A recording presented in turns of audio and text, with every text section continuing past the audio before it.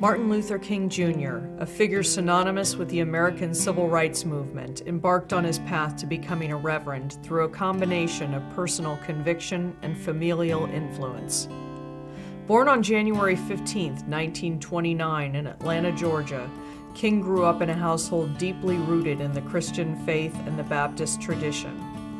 His father, Martin Luther King Sr., was a prominent Baptist minister and an influential figure in young Martin's life, guiding him toward a life of service and religious leadership.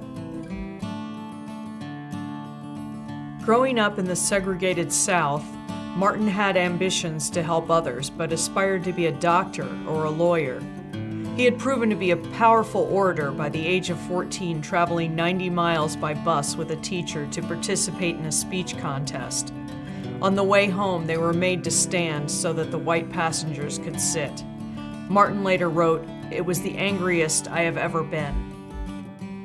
King's journey toward the ministry was marked by an early encounter with the complexities of racial segregation and a deep-seated desire to address social injustices. Despite initial doubts about some Christian doctrines and a keen interest in law and medicine, King's undergraduate years at Morehouse College, a historically black institution in Atlanta, were transformative. Under the mentorship of Dr. Benjamin Mays, a theologian and outspoken advocate for racial equality, King solidified his commitment to the ministry. He saw the potential of the church as a force for social change and decided to follow in his father's footsteps. After graduating from Morehouse in 1948, King furthered his theological education at Crozer Theological Seminary in Pennsylvania, where he earned a Bachelor of Divinity degree in 1951. He then pursued a doctoral degree in systematic theology at Boston University, completing his dissertation in 1955.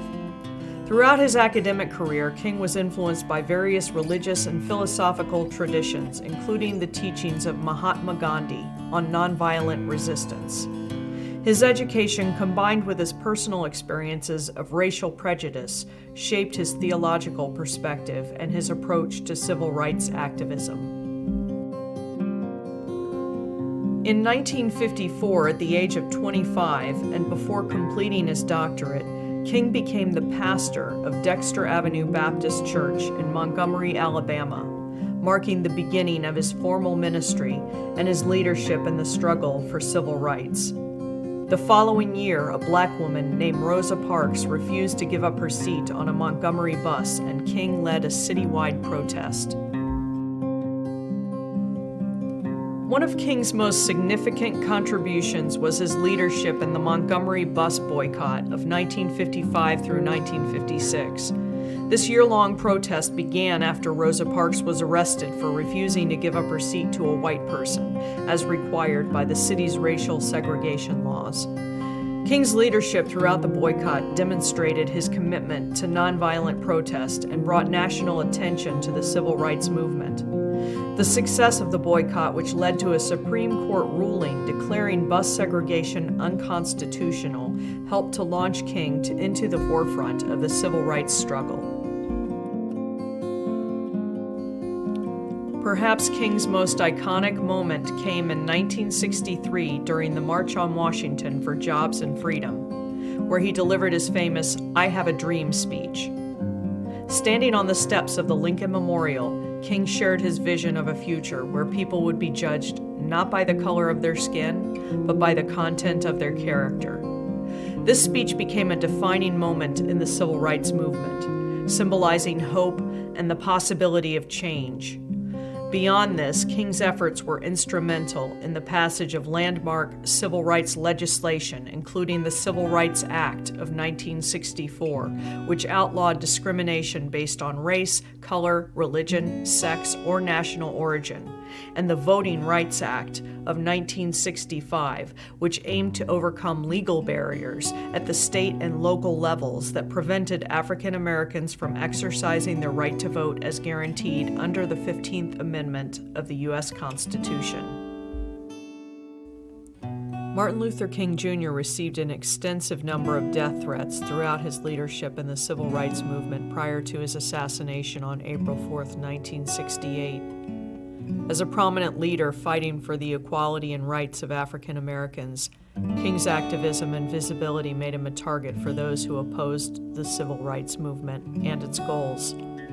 The threats against his life were numerous and came from various sources, reflecting the highly charged and contentious atmosphere of the era. These threats were taken seriously, but they did not deter King from continuing his work.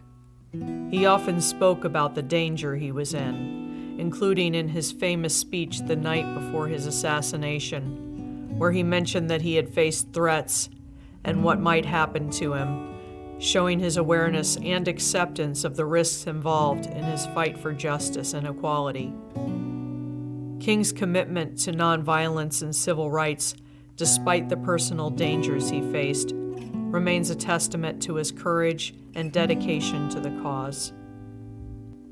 The home of Martin Luther King Jr. was bombed on January 30th, 1956.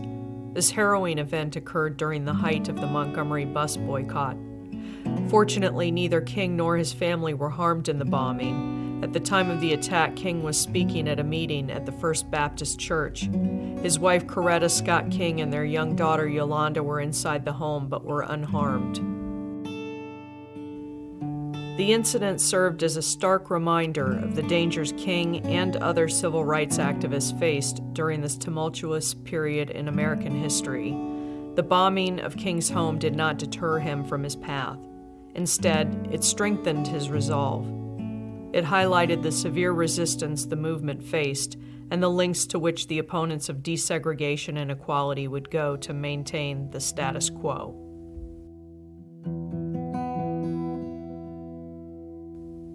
On September 20th, 1958, King was in Blumenstein's department store in Harlem, New York, signing copies of his book, Stride Toward Freedom, which chronicled the Montgomery Bus Boycott. While signing books, he was approached by a woman who asked him if he was Martin Luther King Jr. Upon confirming his identity, she stabbed him in the chest with a letter opener.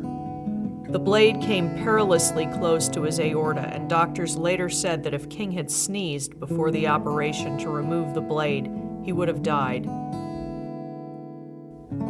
Despite the attack, King publicly stated that he bore no ill will towards Isola Curry, his attacker, and that he had forgiven her. He continued his work with even greater resolve until his assassination in 1968. The stabbing incident exemplifies the personal risk King endured and highlights his profound commitment to nonviolence and forgiveness, even in the face of direct personal attacks. The Federal Bureau of Investigation's actions towards Martin Luther King Jr. have been widely scrutinized and criticized over the years. Under the directorship of J. Edgar Hoover, the FBI engaged in a series of covert activities aimed at surveilling, discrediting, and disrupting King's life and work. Initially, the FBI's interest in King was sparked by concerns over his alleged associations with individuals believed to have communist ties. This was during the Cold War era, a time when the U.S. government was highly vigilant about communism's spread within its borders. As King's prominence grew, so did the FBI's surveillance efforts. The agency wiretapped his phone lines, bugged his hotel rooms, and kept close tabs on his movements and speeches. Beyond surveillance, the FBI also took steps to undermine King's reputation. This included attempts to discredit him among his peers, within the broader civil rights movement, and in the public eye. One of the most notorious actions was the FBI's sending of a letter to King suggesting he should commit suicide to avoid personal embarrassments being made public. These efforts reflected not only the extent of the FBI's campaign against King, but also the extent to which certain government entities would go to suppress voices advocating for civil rights and social change.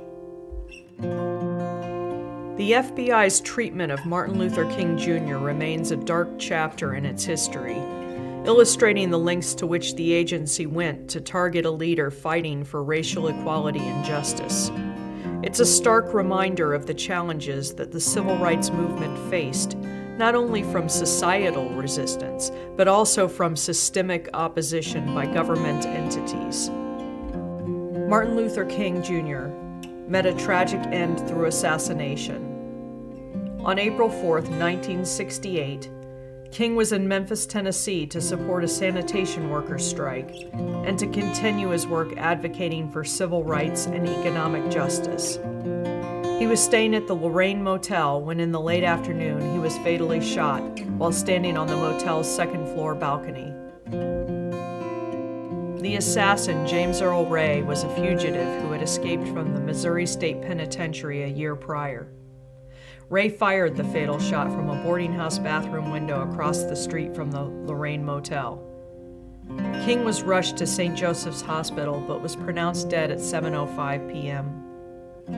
He was just 39 years old at the time of his death. King's assassination sparked a wave of riots in cities across the United States, reflecting the depth of anger and frustration felt by many. Yet it also led to an outpouring of grief and a renewed commitment to continue the struggle for racial equality and justice, ideals that King had championed throughout his life.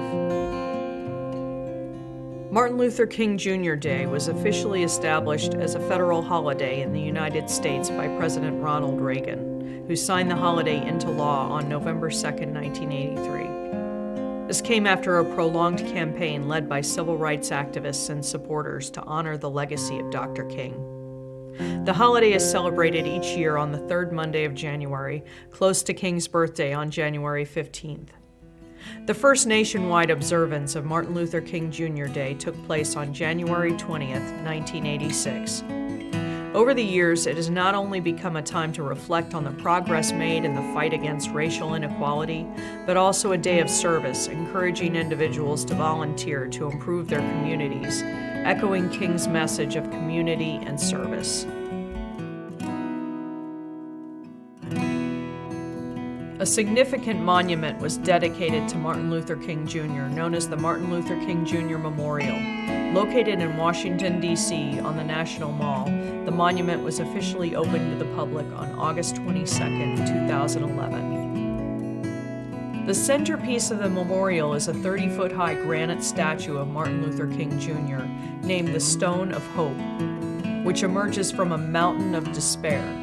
Both elements inspired by a line from King's famous "I Have a Dream" speech. Out of the mountain of despair, a stone of hope. The statue depicts Dr. King with a contemplative expression, gazing towards the horizon, symbolizing his vision for a future of freedom and equality. Surrounding the statue, the memorial site includes a 450-foot inscribed wall, featuring quotes from King's speeches and writings, highlighting his philosophy and the values that he fought for. Visitors to the Martin Luther King Jr. Memorial are often moved by its powerful symbolism and the profound messages of Dr. King's words etched in stone. The memorial serves not only as a tribute to King's monumental contributions to civil rights and social justice, but also as a place of reflection on the ongoing struggle for equality and the work that remains to be done. It stands as a reminder of strength, of nonviolent resistance, and the power of individuals to enact change in the